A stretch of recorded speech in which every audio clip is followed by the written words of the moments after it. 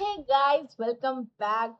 कैसे हैं आप सब? Welcome back to the part 4 of meeting life challenges. Yes yes yes, how are you all doing? कैसे हो सब? कैसे हो? कैसा चल रहा है सब कुछ?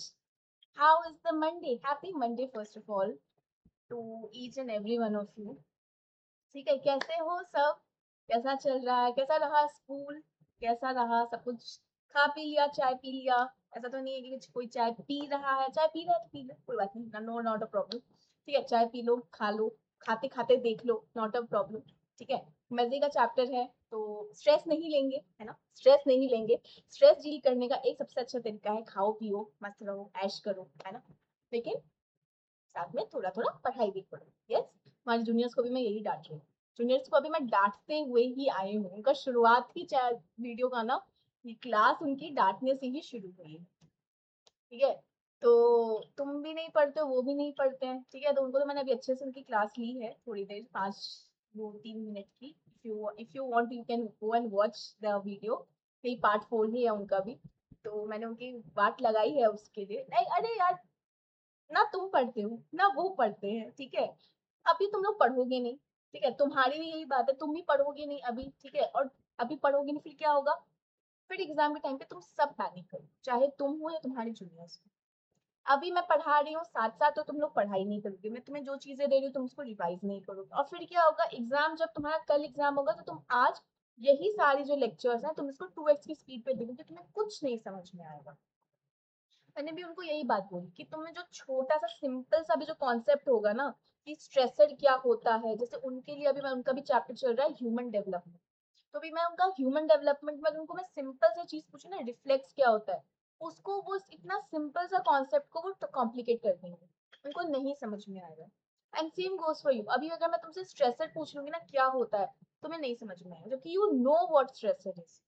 लेकिन मैंने क्या बोला, अगर तुम साथ साथ जो मैं जिस दिन में जो पढ़ा रही हूँ तुम उसको रिवाइज नहीं करोगे, नहीं हो पाएगा।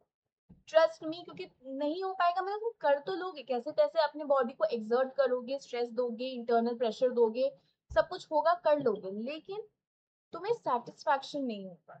तुम्हें कुछ ऐसा नहीं लगेगा कि मैंने कुछ सीखा, तुम्हें बस लगेगा अरे यार, मेरे ऊपर एक बहुत बड़ा बोझ था, वो मैंने उठा के हटा दिया, मैंने एग्जाम लिखा, वो खत्म हो गया। नहीं, ये सब जो है ना, it's all about you, it's all about the terms that you use, जो तुम एवरीडे करते हो उसी के बारे में तो ये सारी चीजें हैं।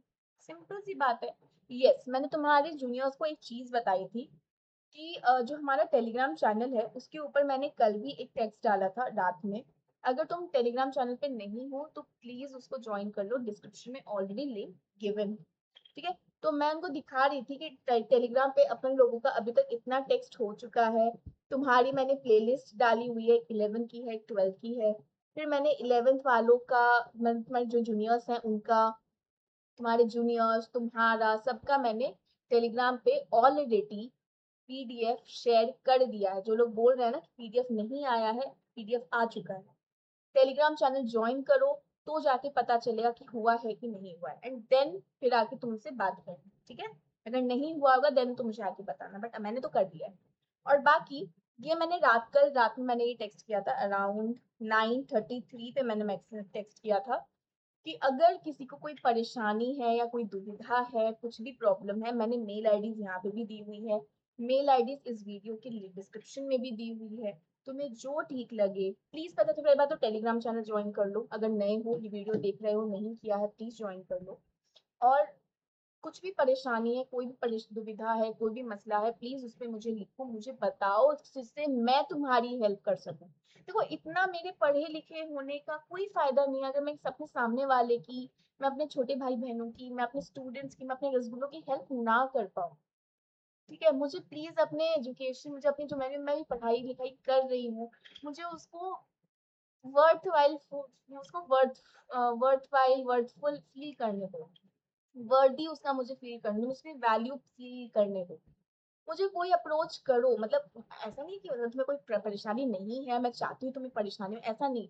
अगर तुम्हें सच में कोई परेशानी, तुम्हें सच में कोई बहुत चीज बॉदर कर रही है, तुम्हें किसी से शेयर करनी है, you can reach out to me. ठीक है, अपन लोगों के यहाँ मेरे, तुम्हारी बातें मेरी तक रहेगी, मेरे से बाहर नहीं जाएगी, लीक नहीं होगा। यहाँ पे कोई लीक की गुंजाइश नहीं है। सिक्योरिटी में होती है कोई भी चीजें हमारे यहाँ, ठीक है। टॉप लेवल सिक्योरिटी होगी, सिर्फ तुम और मैं, बस अपन दोनों के बीच में बात होगी। हम लोग से बाहर बातें नहीं जाएगी, ठीक है। तो अगर कोई भी परेशानी है, text mail me basically. Okay okay okay, so on a lighter note, I hope तुम सब बहुत मजे में हो, है ना।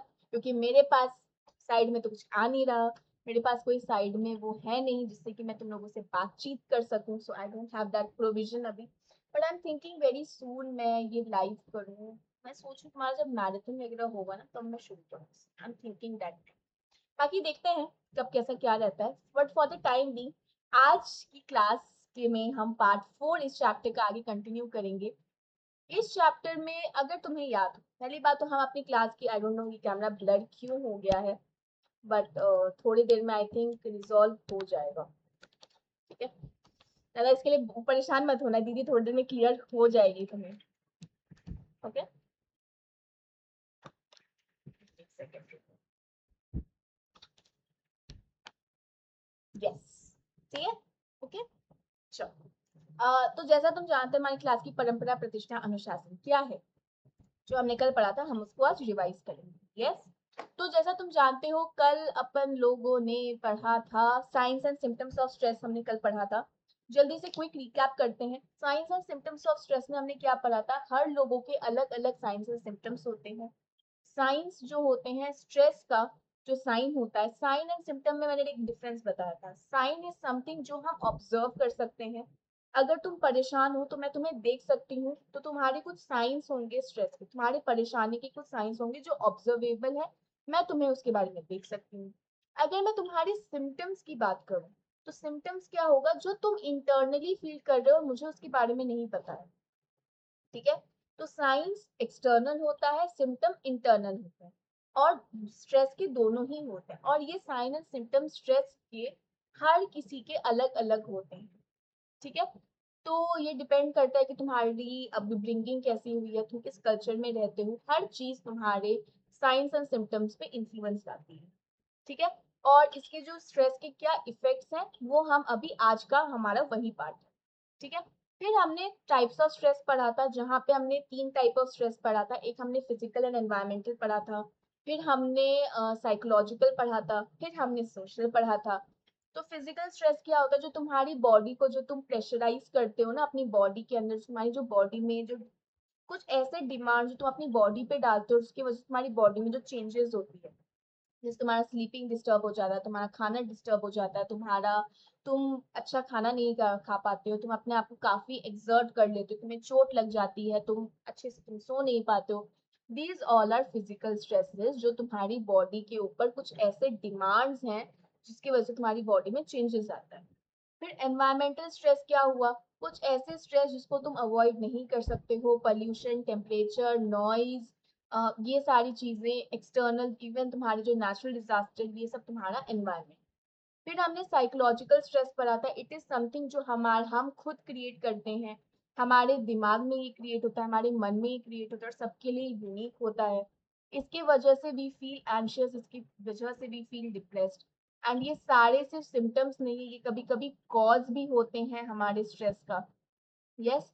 तो सबसे पहला हमने साइकोलॉजिकल स्ट्रेस क्या पढ़ा था, गर्मी बहुत है यार, ये भी मेरे लिए स्ट्रेस है, ये मेरा स्ट्रेस है। दिल्ली वालों में, मैं दिल्ली में, देखो मैं दिल्ली में रहती हूँ, तो दिल्ली में ये गर्मी इज पैथेटिक, ठीक है। दिल्ली की गर्मी और वो भी स्पेशली अभी जो बरसात वाली गर्मी है ना, सो नेवर माइंड, ये मेरा एनवायरमेंटल स्ट्रेस है, ठीक है, अनअवॉइडेबल, इसको अवॉइड नहीं कर सकते, ठीक है। अगर हम साइकोलॉजिकल स्ट्रेस की बात करें, सबसे पहला होता है फ्रस्ट्रेशन।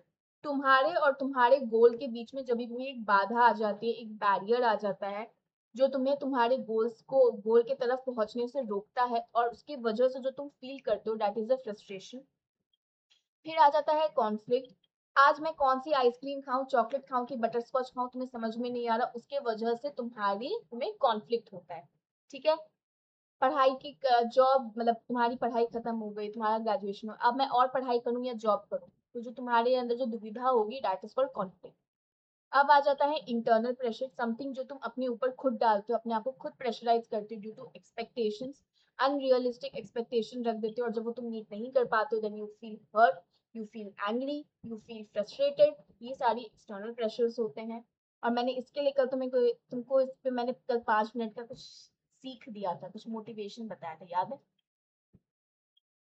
आपको जिंदगी में होप रखना है, नॉट एक्सपेक्टेशंस। होप रखो, एक्सपेक्टेशंस नहीं रखो, ठीक है? नाउ उसके बाद फिर मैंने सोशल प्रेशर के बारे में हमने बात की थी। सोशल प्रेशर इज व्हाट, जो तुम्हारे ऊपर दूसरे डालते हैं, तुम्हारे पेरेंट्स डालते हैं, तुम्हारे रिलेटिव्स डालते हैं, तुम्हारे दोस्त डालते हैं, कोई और जब तुम्हारे ऊपर प्रेशर डालता है, दैट इज सोशल प्रेशर। फिर आ जाता है सोशल स्ट्रेस। सोशल स्ट्रेस क्या होता है, जब तुम लोगों से इंटरैक्ट करते हो और उस इंटरैक्शन का जो रिजल्ट होता है उसकी वजह से भी स्ट्रेस हो सकता है। मान लो किसी तुम्हारे आजू तुम्हारे नजदीकी में किसी की डेथ हो गई, कोई बीमार है, किसी की रिलेशनशिप अच्छी नहीं है, तुम्हारा एग्जाम अच्छा नहीं गया, तुम्हारा एग्जाम अच्छा नहीं गया, सॉरी एग्जाम अच्छा नहीं गया इसमें नहीं आएगा, तुम्हारे पड़ोसी के साथ लड़ाई झगड़ा हो गया, ये सब सोशल स्ट्रेस है। पर्सन टू पर्सन डिपेंड करता है। तुम्हें किसी पार्टी में अटेंड जाना पसंद नहीं है, वो तुम्हारी पार्टी में जाना तुम्हारे लिए स्ट्रेस है, किसी के लिए घर पे बैठना स्ट्रेस है। तो it is way person to person, ये वेरी करता है। फिर हमने लास्टली पढ़ा था सोर्सेज ऑफ स्ट्रेस, की स्ट्रेस किस कहाँ से उसका जन्म होता है। तो अगर हम बोले सबसे पहला स्ट्रेस हो सकता है लाइफ इवेंट्स का, है ना? लाइफ इवेंट्स क्या, कोई भी छोटा बड़ा अचानक से कुछ आ जाए या हमें पता है आने वाला है, तो अगर ये सब चीजें होती है तो हमें स्ट्रेस होता है। क्यों? क्योंकि ऐसे कुछ लाइव इवेंट्स होंगे जिसके बारे में हम प्रिपेयर नहीं थे, उससे हमारी जिंदगी पलट जाती है, हमारी दुनिया पलट जाती है ना?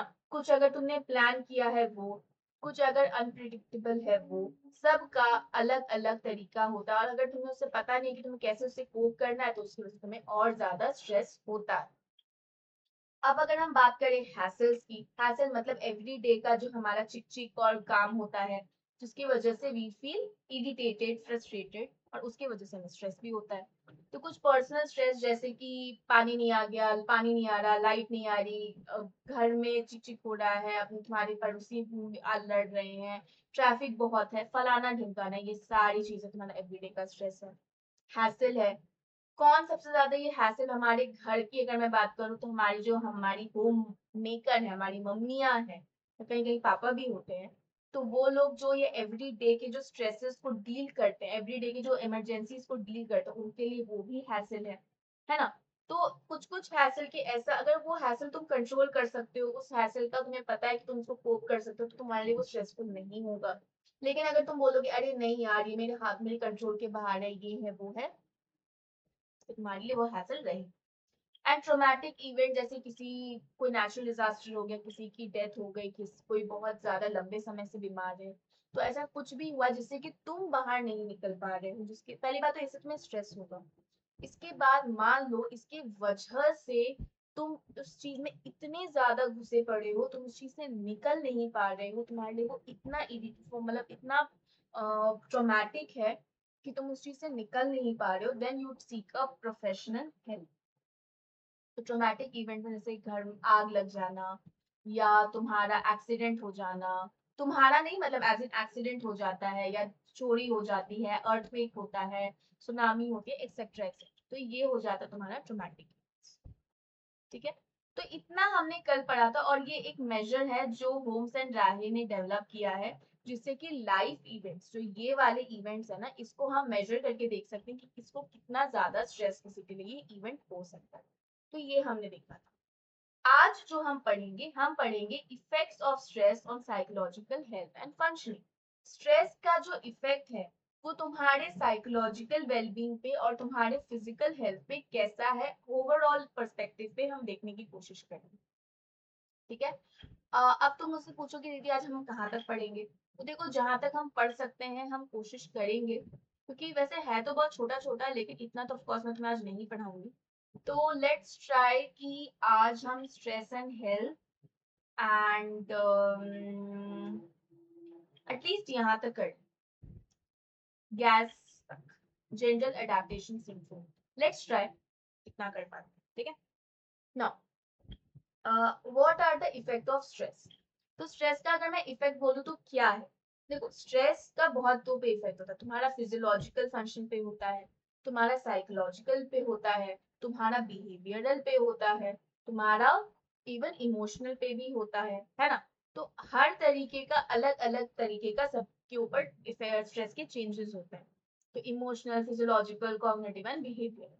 अगर मैं इमोशनल इफेक्ट की बात करूं, इमोशन मतलब तुम किस तरीके का तुम्हारे इमोशंस होते हैं ड्यूरिंग स्ट्रेस। तो जिन लोगों को स्ट्रेस होता है उनके अंदर काफी मूड स्विंग्स होते हैं, उनको वो अजीब तरीके का इराटिक बिहेवियर शो करते हैं, जिनसे वो अब जो उनको अपनी फैमिली और दोस्तों से अलग करवाए। अलग करवाए मतलब ऐसा नहीं कि अलग ही हो जाते हैं, मतलब वो इतना इरिटेटेड होते हैं कि उनको किसी से बात नहीं करने का, वो अपने दोस्तों से, अपनी फैमिली से दूर रहना चाहते हैं, ऐसा होता है। तो जिनको स्ट्रेस होता है उनको मूड स्विंग होता है, वो इराटिक बिहेवियर शो करते हैं, जो जो उन्हें उनकी फैमिली या दोस्तों से थोड़ा अलग कर देता है। कहीं कहीं पर उनका कॉन्फिडेंस कम होने लगता है, उनको काफी इमोशनल प्रॉब्लम्स होने लगते हैं, जैसे उनको एंजाइटी, डिप्रेशन होने लगता है, या उनको फिजिकल टेंशन होता है, उनको साइकोलॉजिकल टेंशन या मूड स्विंग्स भी होते हैं। तो ओवरऑल वही है एक ही चीज की मूड स्विंग होते हैं, एंजाइटी, डिप्रेशन होता है, तुम्हें बहुत इरिटेशन होता है, तुम्हें फिजिकल टेंशन, साइकोलॉजिकल टेंशन, ये तुम्हें स्ट्रेस की वजह से होता है। जब भी तुम स्ट्रेस में रहते हो तो तुम्हें अच्छा नहीं लगता, तुम इरिटेटेड फील करते हो, तुम्हें मूड स्विंग्स बहुत होते हैं, है ना? इसी की वजह से होता है। ठीक है। उसके बाद आ जाता है हमारा साइको फिजियोलॉजिकल इफेक्ट। फिजियोलॉजिकल मतलब तुम्हारी बॉडी पे स्ट्रेस का क्या इफेक्ट हो रहा है। जब भी इंडिविजुअल किसी भी तरीके के फिजिकल या साइकोलॉजिकल स्ट्रेस में रहता है, उसके अंदर जो हॉर्मोन्स होते हैं, जैसे कॉर्टिसोल या एड्रेनलिन, ये सब ज्यादा होते हैं। ठीक है। ये ज्यादा हो जाते हैं, इन हार्मोन की वजह से तुम्हारा हार्ट रेट बढ़ता है, तुम्हारा डाइजेशन वीक हो जाता है, तुम्हें पसीना बहुत आता है, तुम्हारे अंदर मेटाबॉलिज्म वगैरह की चीजें होती है, हर चीज में चेंज आता है, heart rate, blood pressure, metabolism, physical activity, सब कुछ। इवन दो ये फिजिकल रिएक्शन हमें और इस स्ट्रेस में अच्छे से काम करने में हेल्प करता है, जब भी हम किसी प्रेशर में काम करते हैं, कुछ भी होता है, लेकिन जब हम ज्यादा प्रेशर में रहेंगे और ज्यादा हम इस तरीके का काम करेंगे तो हमें लॉन्ग टर्म में हमारे ऊपर ज्यादा इफेक्ट होगा। तो physiological effect is release of epinephrine and norepinephrine. हमारा डाइजेस्टिव सिस्टम का थोड़ा वो होना, लंग एयर पैसेज लंग्स का जो एक्सपैंड कर जाता है, हार्ट रेट बढ़ जाता है, ब्लड वेसल वो हो जाता है। तो ये सब बेसिकली जब तुम स्ट्रेस्ड होते हो ना, तो तुम्हारे अंदर ये सारी चीजें ज्यादा दिखती है। तुम्हारे अंदर एपिनेफ्रिन, नॉरएपिनेफ्रिन हार्मोन्स हैं, रिलीज होते हैं, तुम्हारा डाइजेस्टिव सिस्टम कम हो जाता है, हार्ट रेट बढ़ जाता है, तुम्हारे लंग्स में ज्यादा हवा एक्सपैंड हो जाता है, तुम्हारे ब्लड वेसल कंस्ट्रिक्ट हो जाते हैं। उसके बाद जब भी तुम कॉग्निटिव की बात करो, कॉग्निटिव जब भी तुम किसी प्रेशर में काम कर रहे हो, जब भी तुम किसी दबाव में काम कर रहे हो, तो you feel heavy, you feel अजीब सा। So if stress due to if pressure due to stress continue, तो तुम्हें मेंटल ओवरलोड होता है। तुम्हारे पर लगता है तुम्हारे पर एक बहुत बड़ा पहाड़ रखा हुआ है जो तुम्हें हटाना है, एक वो होता है। उसके बाद तुम्हें हाई लेवल ऑफ स्ट्रेस की वजह से क्या होता है, तुम्हारी सोचने समझने की क्षमता तुम्हारी खत्म हो जाती है, तुम एक साउंड जजमेंट नहीं बना पाते हो, तुम्हारी गलत डिसीजन जो है तुम घर पे बना लेते हो, करियर पे बना लेते हो, उसकी वजह से तुम्हारी आर्ग्यूमेंट्स होती हैं, तुम्हारे फेलियर्स होते हैं, तुम्हारा लॉस हो जाता है, इवन तुम्हारी जॉब में भी लॉस होता है। ठीक है। तो कॉग्निटिव इफेक्ट क्या क्या है, तुम्हारा कंसंट्रेशन खराब हो जाता है, मेमोरी खराब हो जाती है, ये सब तुम्हारा कॉग्निटिव इफेक्ट है ना? और अगर मैं बिहेवियरल की बात करूँ, तो बिहेवियर में क्या होगा, अगर तुम बहुत स्ट्रेस्ड होते हो, या तो तुम उसमें बहुत खाते हो या तुम उसमें बिल्कुल नहीं खाते हो, तुम्हें उसमें बहुत नींद आती है या बिल्कुल नींद नहीं आती है, हमारा ईटिंग कम हो जाता है, हम ज्यादा जंक खाते हैं, जैसे कैफीन ज्यादा लेते हैं, सिगरेट, अल्कोहल का ज्यादा इस्तेमाल करते हैं, है ना? ट्रांसक्लाइजर्स जो होते हैं वो एडिक्टिव होते हैं, और उसकी वजह से तुम्हारा कॉन्सेंट्रेशन कम होता है, डिजीनेस लगती है, कोऑर्डिनेशन कम होता है। और क्या होता है, तुम्हारा स्लीप पैटर्न डिस्टर्ब होता है, तुम्हारा काम डिस्टर्ब होता है, तुम अपने काम से ज्यादा छुट्टी लेने लगते हो। ये तो देखो, ये सब तो तुम्हें पता है ना, इट इज नॉट समथिंग जो तुम्हारे लिए कुछ नया है। लेकिन हाँ, जो भी तुम्हें फील होता है, जो भी तुमने एक्सपीरियंस किया है, आज तुमने उसको प्रॉपरली कैटेगरी में समझा, ये तुम्हारे लिए एक नया हुआ है ना? कि इमोशनल इफेक्ट क्या क्या हो सकता है, तुम्हें मूड स्विंग्स वगैरह आते हैं, तो ये इमोशन है। फिजियोलॉजिकल में तुम्हारी हार्ट रेट बढ़ जाती है, ये सब होता है, तो वो फिजियोलॉजिकल है। फिर तुम्हारा कंसंट्रेशन खराब हो जाता है, तुम्हारी मेमोरी खराब हो जाती है, तुम्हें कुछ चीजें याद नहीं रहती, तुम ओवरलोड फील करते हो, तो वो कॉग्निटिव है। फिर बिहेवियर में तुम्हारी नींद खराब हो जाती है, तुम्हारा खाना कम हो जाता है, तुम्हारा काम खराब हो जाता है, तुम काम से ज्यादा छुट्टी लेने लगते हो, तो ये तुम्हारा बिहेवियर है। सिंपल। इसके ऊपर you can expect a question. चार चार 3 या 4 मार्क का क्वेश्चन आ जाता है इसके ऊपर, इससे ज्यादा नहीं आता।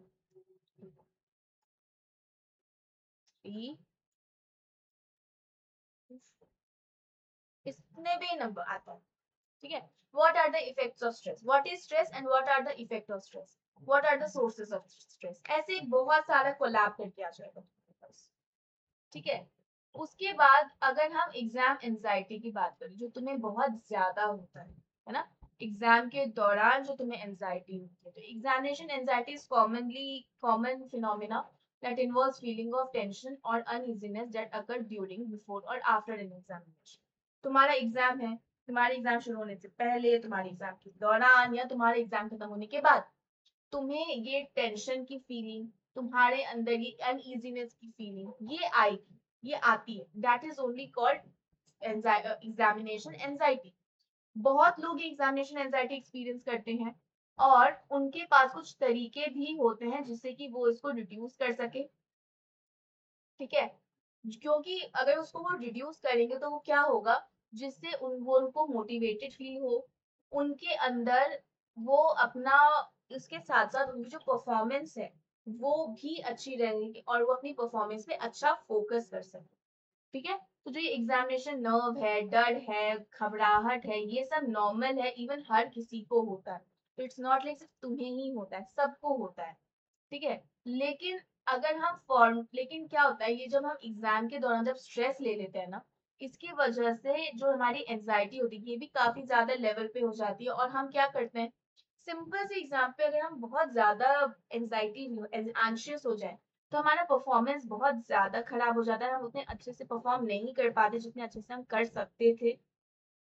ठीक है। तो एग्जामिनेशन स्ट्रेस को दो चीजों में हम समझते हैं, एक होता है इवैल्यूएटिव एप्रीहेंशन या इवैल्यूएटिव स्ट्रेस, और उसकी वजह से क्या बिहेवियरल, कॉग्निटिव या फिजियोलॉजिकल इफेक्ट्स होते हैं, ये सब हमने समझने की कोशिश करी है। तो अगर हमें ज्यादा स्ट्रेस होगा तो वो हमारे प्रिपरेशन के साथ, हमारे कंसंट्रेशन के साथ, हमारे परफॉर्मेंस सब में हमारा इफेक्ट उसका खराब होगा। अगर तुम हमेशा स्ट्रेस में ही रहोगे ना, तुम्हारी प्रिपरेशन अच्छी होगी, ना तुम अच्छे से कंसंट्रेट कर पाओगे, ना अच्छे से तुम परफॉर्म कर पाओगे। इसकी वजह से तुम्हें एक टेस्ट एंजाइटी होती है ना, जो तुम्हारे टेस्ट परफॉर्मेंस को खराब करती है। अगर एंजाइटी कम होगी तो परफॉर्मेंस अच्छा होगा, अगर एंजाइटी ज्यादा होगी तो परफॉर्मेंस कम होगा। सिंपल। अगर किसी भी इंसान को टेस्ट एंजाइटी ज्यादा हो रही है, तो और उसको लगता है, वो क्या करेगा, ये स्ट्रेसफुल सिचुएशन को पर्सनली थ्रेटनिंग करेगा, उसको लगेगा कि ये मुझे खतरा है, मुझे ही खतरा है उस स्ट्रेस सिचुएशन में। तो उसने वो हमेशा घबराहट ही रहेगा, वो हमेशा परेशान ही रहेगा, वो हमेशा नर्वस रहेगा। ठीक है। मोर ओवर, ये नेगेटिव सेल्फ सेंटर्ड कॉग्निशन जो है, इसके वजह से क्या होगा, हमेशा जब परेशान रहेगा, जब उसकी थिंकिंग ही नेगेटिव है, तो क्या होगा, उसका अटेंशन भी डिस्ट्रैक्टेड रहेगा, वो फोकस नहीं कर पाएगा, और उसका कंसंट्रेशन अच्छा नहीं होगा। और अगर ये सब चीजें अच्छी नहीं, तो ऑब्वियसली वो अच्छा परफॉर्म नहीं कर पाएगा।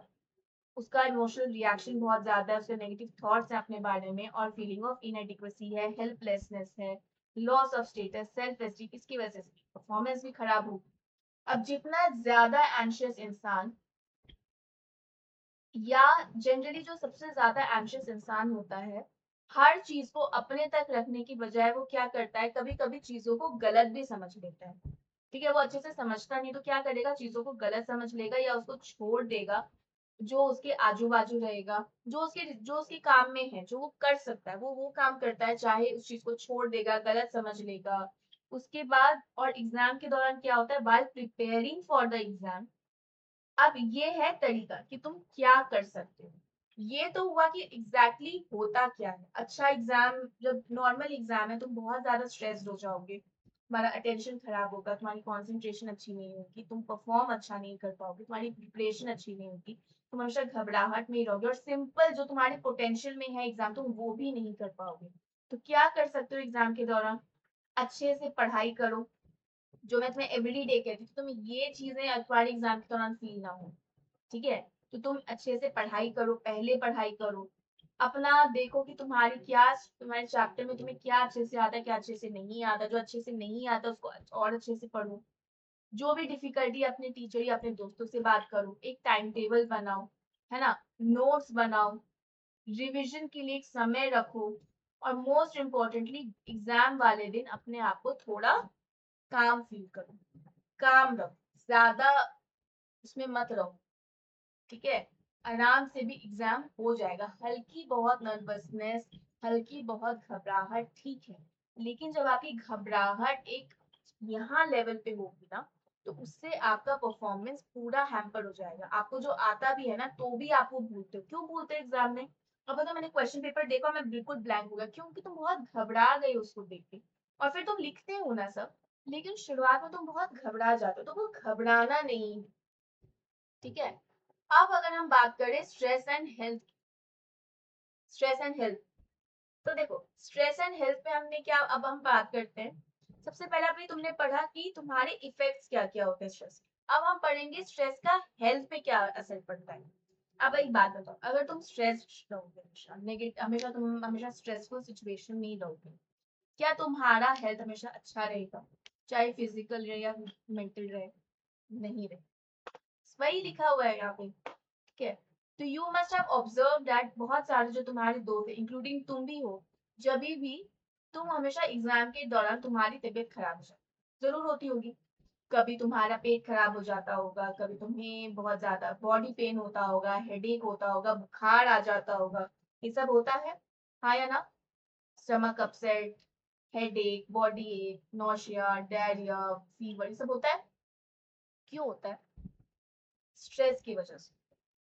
स्ट्रेस तुम यहाँ लोगे, इफेक्ट तुम्हारी पूरी बॉडी पे दिखेगा। तुमने ये भी नोटिस किया होगा, जो लोग अपनी जिंदगी में ज्यादा खुश नहीं रहते हैं, हमेशा परेशान रहते हैं, हमेशा उनको अपनी जिंदगी से कंप्लेंट ही रहती है, वो सबसे ज्यादा बीमार पड़ता है एज कम्पेयर टू दो जो अपनी जिंदगी में सबसे ज्यादा खुश होते हैं। नोटिस किया है? ये सब का रीजन क्या है?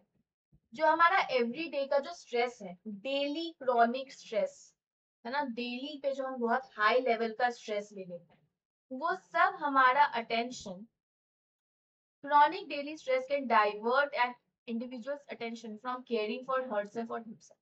अपने ऊपर ध्यान देने से ज्यादा ये स्ट्रेस अपनी तरफ वो ध्यान को, तुम्हारे ध्यान को अपनी तरफ खींच लेता है, कि तुम अपने ऊपर ध्यान नहीं दे पाओ।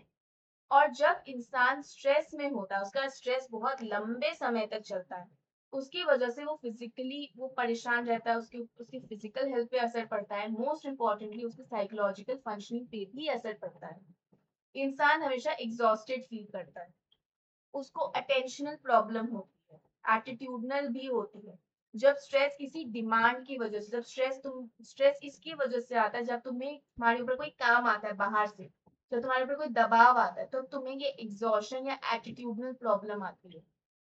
और तुम्हारे ऊपर सपोर्ट या तो बहुत ज्यादा है या बहुत कम है, ठीक है। और कंस्ट्रेंट क्या होती है, या तो बहुत सपोर्ट है या तो बहुत कम सपोर्ट है तुम्हारी फैमिली या तुम्हारी फ्रेंड्स का। अगर हम फिजिकल एग्जॉशन की बात करें, फिजिकल एग्जॉशन मतलब क्या?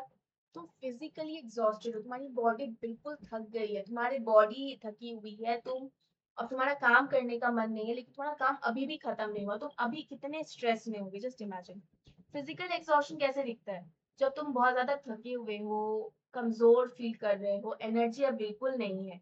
और मेंटल एग्जॉशन कैसा होता है? तुम इरिटेटेड हो, एंशियस हो, तुम अब हेल्पलेस हो, मतलब बेबस हो। तुम्हें अब जब ये सारी जब फीलिंग्स आती है ना, साथ मिलकर जब आती है, तो इसको हम बर्नआउट कहते हैं। बर्नआउट के ऊपर एक तुम्हारा 1 मार्क का क्वेश्चन आ सकता है, इट इज इम्पोर्टेंट। आया हुआ है, आया भी हुआ है, मैराथन्स में करवाऊंगी, ठीक है। मैराथन्स अभी नहीं होगी, मैराथन्स हमारी फाइनल की एग्जाम की होगी। हाफ ईयरली के लिए I will give you important questions जो तुम्हारी एग्जाम में डायरेक्टली आए, ठीक है। आंसर तुम खुद बनाओगी, क्वेश्चंस मैं तुम्हें बहुत सारे वैरायटी ऑफ क्वेश्चंस बना के दूंगी, ठीक है। तो ये सारी प्रॉब्लम्स होती है। तो physical exhaustion, mental exhaustion, emotional exhaustion, जब सब साथ में मिलकर आते हैं ना, तो तुम्हें बर्नआउट फील करा दो। उसके बाद एक कन्विंसिंग एविडेंस ये भी होता है, जब स्ट्रेस है, तुम्हारा जो इम्यून सिस्टम, तुम जल्दी बीमार, तुम्हारी बीमारी किससे लिंक्ड है? इम्यून सिस्टम से। अगर तुम्हारा इम्यून सिस्टम स्ट्रांग है तो क्या तुम बीमार पड़ोगे जल्दी? नहीं। अगर तुम्हारा इम्यून सिस्टम कमजोर है क्या तुम जल्दी बीमार पड़ोगे? हाँ। स्ट्रेस की वजह से तुम्हारे इम्यून सिस्टम पे काफी इफेक्ट आता है और उसके वजह से तुम्हारा इम्यून सिस्टम खराब होता है, जिससे तुम जल्दी बीमार पड़ते हो। तो स्ट्रेस की वजह से ज्यादा तुम्हारे इम्यून सिस्टम में प्रॉब्लम्स होती है, ज्यादा चेंजेस आती है and then you become ill. Stress की वजह से तुम्हारा कार्डियोवैस्कुलर डिसऑर्डर्स बढ़ते हैं, तुम्हारा ब्लड प्रेशर बढ़ता है, इवन तुम्हारा साइकोसोमैटिक डिसऑर्डर जैसे अल्सर, अस्थमा, एलर्जी, हेडेक, ये सब तुम्हारा स्ट्रेस की वजह से ही होता है। तो इसीलिए रिसर्चर्स का कहना है कि स्ट्रेस हमारी जिंदगी में जितने भी हमें परेशानी, जितनी भी हमारी बीमारियां, 50 to 60% जो बीमारी है वो हमारे स्ट्रेस की वजह से ही। स्ट्रेस का 50 to 60% रोल है हमारे सारे बीमारी में। और 60% of medical visit generally hospitals में स्ट्रेस रिलेटेड सिम्टम्स की वजह से। इतना सा वर्ड है स्ट्रेस, 6 शब्द, 6 अक्षरों का वो है, और इतने बड़े उसके कॉन्सिक्वेंसेस, 10 गुने उसके कॉन्सिक्वेंसेस, ये समझ। इसी वजह से ज्यादा स्ट्रेस में मत रहा, ठीक है? ज्यादा स्ट्रेस में मत रहा करो। इसलिए मैं कहती हूँ कि स्ट्रेस से कुछ नहीं होगा, तुम्हारी यही होगी, तुम्हें प्रॉब्लम्स यही होगा, तुम्हारा इम्यून खराब होगा। इम्यून खराब होगा तो तुम जल्दी बीमार पड़ जाओगे। उसके साथ अगर मैं कॉग्निटिवली बोलूँ तो तुम इरिटेटेड फील करोगे, तुम परेशान रहोगे, तुम घबराते घबराहट में रहोगे, तुम्हें गुस्सा आएगा सबके ऊपर, जिसके ऊपर गुस्सा नहीं भी आना चाहिए उसके ऊपर भी गुस्सा आने लगेगा। तो अगर स्ट्रेस में नहीं रहना चाहिए, ठीक है? इसके बाद अपन लोग पढ़ेंगे general adaptation syndrome, the one of the most important model of stress. Hand से लेकर दिया हुआ है, 4 मार्क्स का या 3 मार्क्स का, 3 या 4 मार्क्स का, you can expect this in your exam. और जनरल अडेप्टेशन सिंड्रोम आता है, नॉर्मली भी पूछ सकते हैं या किसी केस के फॉर्म में पूछ लेंगे, but you should know what this model is, ठीक है? बहुत डिफिकल्ट लग रहा होगा, बहुत कॉम्प्लिकेटेड लग रहा होगा, बट बहुत सिंपल है, ट्रस्ट। तुम्हें मजा आ जाएगा ये पढ़ने में, ठीक है? देखो, जनरल अडेप्टेशन सिंड्रोम, जब भी कोई स्ट्रेसफुल सिचुएशन होती है हम उसमें किस तरीके से रिएक्ट करते हैं, that is a general adaptation syndrome. उस स्ट्रेस की तरफ हम किस तरीके से अडेप्ट करते हैं, that is all about this model. तो अगर तुम ये फिगर ध्यान से देखो, अगर मैं फिगर दिख रही है, जब भी कोई हमें स्ट्रेसफुल सिचुएशन आती है हमारे साथ, सबसे पहले हम एक अलार्म रिएक्शन में पहुंच जाते हैं। एग्जाम्पल हमसे समझना, मान लो तुम्हारा एग्जाम है, ठीक है? तुम्हारा एग्जाम हो चुका है। अब तुम्हारा क्या है, तुम्हारा एग्जाम हो चुका है और तुम्हारे एग्जाम के रिजल्ट आ गए। अब तुम्हारे एग्जाम के result is like you got out of 20 you got 10 out of 20, but तुमने उस एग्जाम के लिए बहुत मेहनत करी, लेकिन तुमको फिर भी आए 10। तुम्हें स्ट्रेस होगा, तुम्हें क्योंकि अब घर पे बताना भी है, फिर तुम्हें स्ट्रेस होगा होगा। तो जो अभी तुम्हारा जो पहला रिएक्शन होगा ना, जो तुम अभी फील करोगे, that is a alarm reaction. तुम्हारे एग्जाम के नंबर आ गए, तुमने एक्सपेक्ट किए थे लाइक अबव 50, लेकिन तुम्हारे 10 ही आए, 10 आउट ऑफ 20 आए। अब तुम स्ट्रेस में, अब तुम जिस तरीके से अभी रिएक्ट करो उसमें तुम्हें गुस्सा आएगा, तुम रोगे, जो भी आएगा, जो भी तुम फील करोगे, that is your alarm reaction, ठीक है? अब तुम्हारा दिमाग थोड़ा चलेगा, अब तुम्हें इस स्ट्रेस को क्या करना है, तुम्हें इस स्ट्रेस को सस्टेन, मतलब तुम्हें इस स्ट्रेस से डील करना है। अब तुम क्या करोगे, अब स्टेज ऑफ रेजिस्टेंस पे आ जाओ, ठीक है? स्टेज ऑफ रेजिस्टेंस पे क्या होगा, तुम्हारे पास जितने भी अवेलेबल रिसोर्सेज है तुम सबका इस्तेमाल कर लो। तुम अब इसमें अवेलेबल रिसोर्सेज तुम्हारे पास क्या होगा, मान लो तुम्हारे मार्क्स कम आए और तुम्हें अपनी मम्मी पापा से इस पेपर पे साइन करवाना है। अब तुम्हारे parents are very particular, they are like कि हमें तो अच्छे ही नंबर चाहिए, हमें तो कम से कम 15 से ऊपर चाहिए था, और 10 मार्क्स तो उन्हें अच्छे लगेंगे नहीं। अब तुम क्या करोगे रेजिस्टेंस में, तुम कितना ही, तो अब तुम घर पे जाओगे, तुम क्या करोगे, तुम उनसे थोड़ा सा आई कांटेक्ट, थोड़ा सा वो करोगे कि मैं उनकी नजरों में ना आऊं, है ना? वो कभी भी अगर एग्जाम का पूछेंगे तो तुम बातें घुमा दोगे, कुछ कुछ करोगे, है ना? तुम उनके नजरों में नहीं आओगे। अगर उनको लाइक फिर तुम कोशिश करोगे कि वो बोलेंगे नहीं मुझे तो पता है एग्जाम के नंबर, फिर तुम कुछ झूठ बोलोगे, कि है ना ऐसा कुछ भी नहीं हुआ है, अभी तो मार्क्स हाँ आए हैं लेकिन सबके ही कम आए हैं, ऐसा ऐसा तुम झूठ बनाओगे। अब तुमने इतना अपना रिसोर्स इस्तेमाल करे, तुम जो कर सकते थे तुमने सब कर दिया, और अंत में क्या हुआ कि तुम्हारे पेरेंट्स को तुम्हारे पेपर मिले। अब तुम्हें उसमें कितने नंबर आए हैं? 10। अब उनको आ रहा है गुस्सा तुम्हारे ऊपर क्योंकि तुमने बोला है झूठ। क्या तुम्हारा स्ट्रेस और बढ़ेगा कि नहीं बढ़ेगा? तुम और जो तुम कर कर सकते हो तुम वो भी करो। फिर तुम क्या बोलोगे, अरे नहीं पता है क्या, मुझे तो 10 आए हैं, मेरे तो दोस्त को 8 नंबर आए हैं, मेरे दोस्त को तो 6 नंबर आए हैं। करते हो ना, सब करते हैं, मैंने भी किया, मैं अभी भी करती हूँ। ठीक है, तो क्या बोलते हैं कि अरे यार पता है मम्मी उन्होंने ना पेपर ही डिफिकल्ट बना दिया टीचर, तो तुम सब कुछ कर लोगे। तो फिर स्टेज ऑफ रेजिस्टेंस होगा, फिर स्टेज ऑफ एग्जॉशन होगा। तुम ऐसे बहुत एग्जॉशन मतलब तुम्हारे पास जितने रिसोर्सेस है तुमने सब यूज कर लिए, लेकिन अभी भी अब स्ट्रेस कम नहीं हो रहा है। तो उसके बाद क्या होगा, फिर तुम पिटाई खा, फिर तुम्हारा स्ट्रेस खत्म हो जाएगा। एक बार मैंने सिंपल सा एग्जाम्पल दिया, ठीक है, इसको और भी उसमें कर सकते हो। जैसे मान लो तुम्हें कल तुम्हारा एग्जाम है, जैसे तुम्हें एग्जाम के बारे में एक हफ्ते पहले ही पता था, बट तुम इतने अपने दोस्त में इन वो थे, इन्वॉल्व थे, तुम अपने दोस्त के साथ इतना खेल रहे थे, बात कर रहे थे, सब कुछ कर रहे थे कि तुम्हारे दिमाग से एग्जाम के बारे में बात ही नहीं करते। फिर तुम आज जब स्कूल गए तो तुम्हें दोस्तों ने बताया कि अरे ये पढ़ ले यार, कल एग्जाम है। फिर you are like you react to it, तो फिर क्योंकि तुम्हारे लिए स्ट्रेस हो गया, अचानक स्ट्रेस आया कि एग्जाम, हाँ कल, ये कब हुआ? तो you will be that reaction, ये होगा अलार्म रिएक्शन। अब तुम्हें पता चली कल एग्जाम, ठीक है, अब तुम्हारा ये एग्जाम का होगा। अब तो या तो तुम्हारे पास दो ऑप्शन है, या तो तुम एग्जाम के लिए पढ़ाई कर लो, या अगर तुम एग्जाम के लिए छुट्टी ले लो। अब छुट्टी लोगे तो तुम्हारे स्कूल वालों को पता चल जाएगा और तुम्हारे घर पे भी पता चल जाएगा, तो तुम क्या करो, तुम एग्जाम के लिए पढ़ाई करो। अब तुम्हारा शुरू होगा stage of resistance. Stage of resistance में क्या होगा, तुम्हारे पास जितने रिसोर्सेज हैं तुम सब कुछ यूज कर लोगे। मान लो तुम्हारा साइंस का पेपर है, ठीक है, अब तुम क्या करोगे, तुम्हारे पास साइंस के जितने नोट्स हैं तुम वो खोलोगे, तुम प्रशांत सर की क्लासेस शुरू करोगे, 2x की स्पीड पे देखना शुरू करोगे, है ना, दिन रात देखोगे, मैं पूरी रात बैठ के देखोगे। तुम कुछ खाओगे नहीं, खाने पीने पे तुम वो कर दोगे, तुम सोओगे नहीं ठीक से, सब कुछ करोगे, ठीक है, स्टेज ऑफ रेजिस्टेंस हो रहा है। अब क्या, अब तो तुम्हारे हाथ से बात निकल चुकी है, अभी भी तुम्हारा 3 चैप्टर आ रहा था, तुमने बहुत मुश्किल से एक चैप्टर ही खत्म कर पाया, अभी भी 2 चैप्टर बचा है। And now you are completely exhausted, तुम्हारे पास अब कुछ करने के लिए नहीं बचा है, ठीक है, तुम कुछ मतलब तुम्हारा ऑलमोस्ट, तुमने एक चैप्टर पे बहुत टाइम इन्वेस्ट कर दिया और एक ही चैप्टर करते करते अब तुम्हारा लाइक रात भी खत्म होने वाली है, सुबह होने वाली है। अब तुम्हारा स्टेज ऑफ एग्जॉशन, अब तुम बिल्कुल थक गए हो, तुम्हारी बस में अब कुछ नहीं है, तुम्हारी नींद पूरी नहीं थी, इरिटेटेड फील करोगे। इसकी वजह से क्या होगा, तुम्हारी बॉडी पे अब स्ट्रेस का रिस्पॉन्स दिखेगा। This is called stage of exhaustion, जहां पे तुम्हारी बॉडी कंप्लीटली एग्जॉस्ट हो गई है। रेजिस्टेंस में ये था कि तुम्हारी बॉडी अपने आप को खींच रही थी उस स्ट्रेस से डील करने के लिए, अपने पास उसके पास जितने रिसोर्सेज थे वो सब यूज कर रही थी, लेकिन अब एग्जॉशन पे बॉडी थक चुकी है, अब उस वो नहीं कर सकती, अब तुम उसको कितना भी खींचोगे वो नहीं कुछ काम कर पाएगी। समझ में आया? और फिर तुम्हारा एग्जाम खराब चला जाएगा, फिर तुम्हें और स्ट्रेस होगा। This is called general adaptation syndrome, simple यही है। ठीक है, अब इसको हम थोड़ा सा एक्सेस में पढ़ लेते हैं।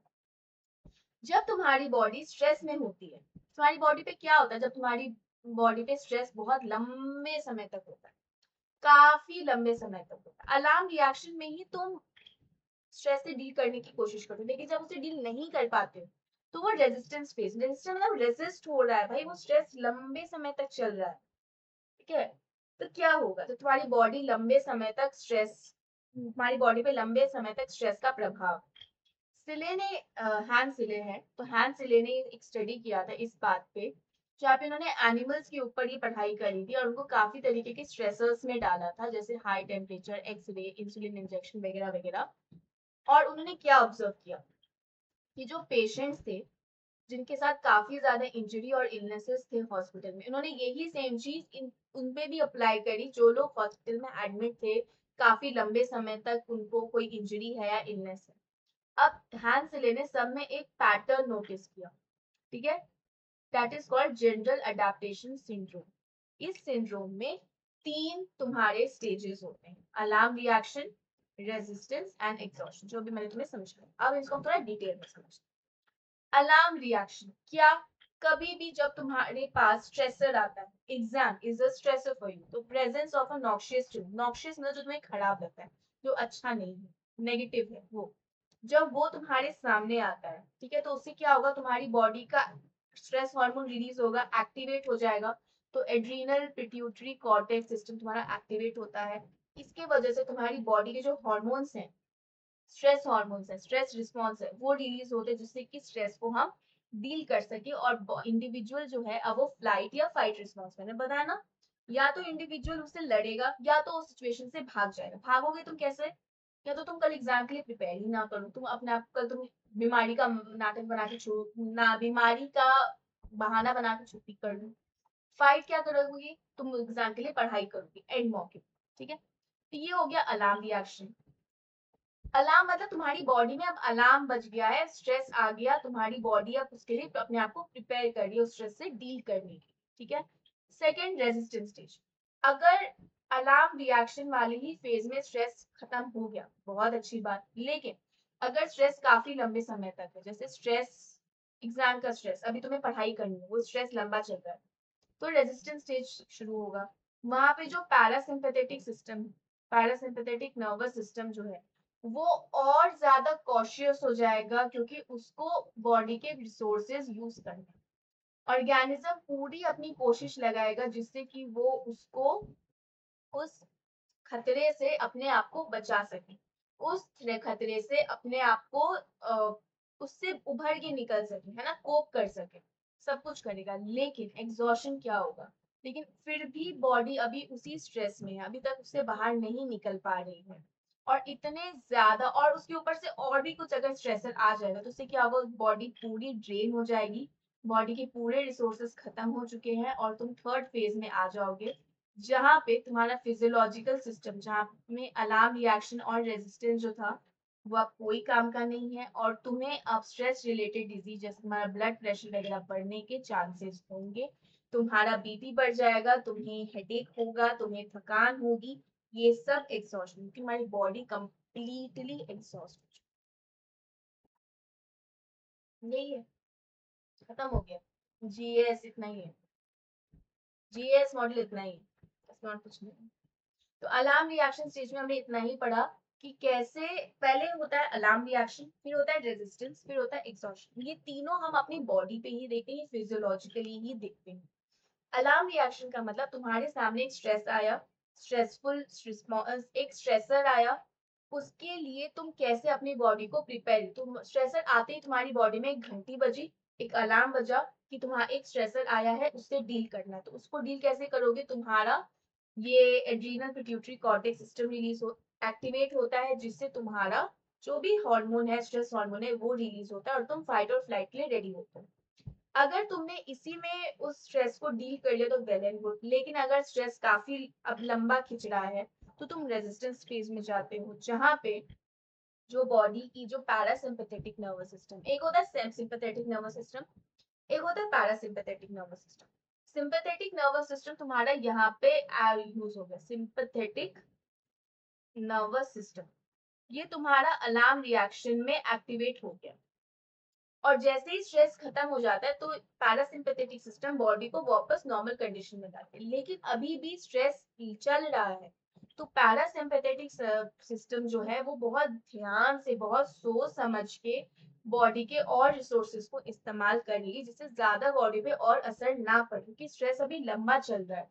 तो यहाँ पे ऑर्गेनिज्म पूरा एफर्ट बनाएगा जिससे कि वो उस खतरे से बच सके, खतरे को अपने आप को उस खतरे से बचा सके, तो वो बॉडी अपना पूरा कोशिश करेगी, लेकिन अगर स्ट्रेस बहुत और भी अभी लंबा चल रहा है, वो खत्म होने का नाम ही नहीं ले रहा है, वो बहुत लंबे समय तक है, और उसने अपनी तुम्हारी बॉडी का पूरा रिसोर्स ड्रेन कर दिया है, तो अब तुम एग्जॉशन में हो, जहाँ पे तुम्हारी बॉडी कंप्लीटली एग्जॉस्ट हो गई, तुम्हारे पास अब तुम्हें कुछ नहीं करने का है, तो फिजियोलॉजिकल सिस्टम में तुम्हारा अलार्म रिएक्शन और रेजिस्टेंस है, दैट इज तुम्हारा जो अलार्म रिएक्शन और रेजिस्टेंस था वो इनइफेक्टिव हो गया, उसका कोई काम नहीं है, वो किसी काम का नहीं है, और अब तुम्हें डिजीज होगा ही होगा, तुम उसको कुछ नहीं कर सकते, तुम्हारे अंदर डिजीज होने के चांसेस बहुत ज्यादा है। अब हैंस से ने क्या कह दिया कि इस टाइप का जो चीज है ना, ये जो तीनों स्टेज है, हर स्ट्रेस में ये होता है, हर स्ट्रेस में इंसान इतने तीनों स्टेजेस से ये फिजियोलॉजिकली इसमें सफर करता ही करता है। अब लोगों ने बोला ऐसा जरूरी नहीं है। Hans Selye model has been criticized for assigning a very limited role to psychological factor. उन्होंने यहाँ पे साइकोलॉजिकल फैक्टर के बारे में बात ही नहीं की, उन्होंने बस इतना बोला कि फिजियोलॉजिकली ही बॉडी का पूरा रिसोर्स ड्रेन हो जाता है, फिजियोलॉजिकली ही बॉडी अफेक्ट होती है स्ट्रेस की वजह से, और उन्होंने किसी चीज में स्ट्रेस आउट ही नहीं किया। तो researchers have reported that the psychological appraisal of event, कि हम उस इवेंट को कैसे समझ रहे हैं, अप्रेज कर रहे हैं, इंटरप्रेट कर रहे हैं, वो भी तो जरूरी है ना स्ट्रेस को समझने के लिए, स्ट्रेस की तरफ अपना रिस्पॉन्स डालने के लिए। तो उन हैंस सिले ने इसमें फोकस ही नहीं किया, तो इसलिए हैंस सिले का क्रिटिसिज्म यही है। सबसे पहला उन्होंने साइकोलॉजिकल फैक्टर पे कम लिमिटेड रोल उसका बताया, कि साइकोलॉजिकल फैक्टर्स का बहुत कम रोल है। दूसरा, रिसर्चर ने इसके बारे में भी बोला कि psychological appraisal is very important in order to determine the stress, किस तरीके से लोग किस स्ट्रेस में किस तरीके से रिस्पॉन्ड करेंगे, वो उनके परसेप्शन, उनकी पर्सनालिटी और बायोलॉजिकल कॉन्स्टिट्यूशन पे डिपेंड करता है, जो हैंस सिले ने नहीं दी। और इसके ऊपर तुम्हारे यही क्वेश्चन आता है कि हैंस सिले का जीएस एक्सप्लेन करो और उनका क्रिटिसिज्म क्या था। तो ये पूरा तुम्हारा 3 या 4 मार्क्स का जाता है, और अगर तुम इसको इस एग्जाम्पल के साथ समझा दोगे तो तुम्हें पूरे नंबर मिलेंगे, तुम्हारे नंबर कटने से कोई नहीं रोक। तो तुम्हें तुम्हारा नंबर पूरा मिलेगा, 4 में 4 नंबर मिलेंगे, उस नंबर को कोई रोक नहीं सकता तुम्हें मिलने से।